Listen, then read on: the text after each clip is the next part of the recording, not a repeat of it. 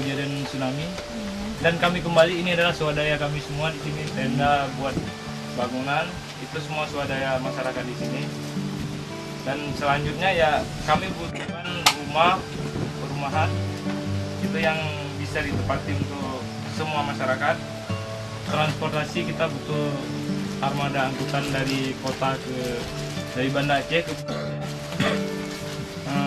setelah itu tempat pendidikan baik agama maupun yang umum, itu fasilitas umum, sekolah lah untuk anak-anak kita dan adik-adik saya di sini. Selanjutnya kalau kebutuhan air minum, kebutuhan air. And in the dry season they'll dry up to very small. So I think that we can provide for initially 200 people, but would grow from the springs might be difficult. So we have to maybe have that and wells.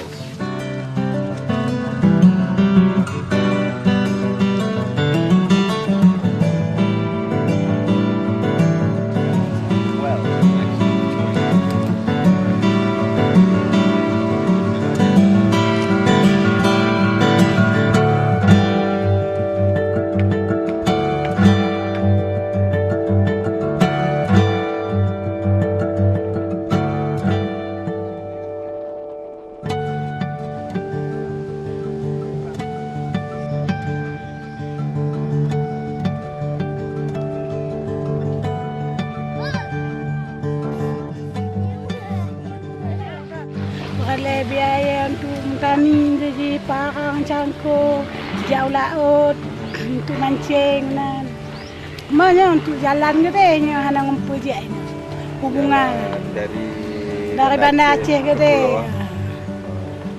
Yang yang penting tahu. Yang lagi si tayang nih hasil campli mantong gede lawang anak ngumpul je.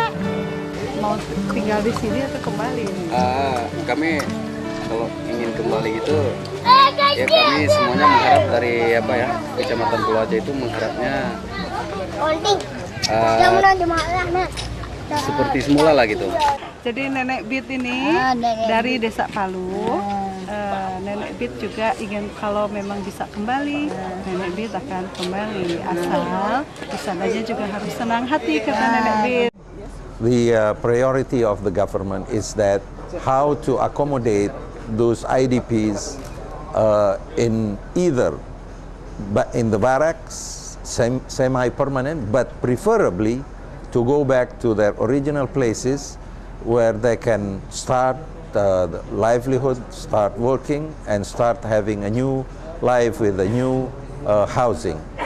We welcome all those who want to contribute in such program that to get the IDPs, the homeless, back to their original places with the coordination of the Regency, the district head, and the office of the government.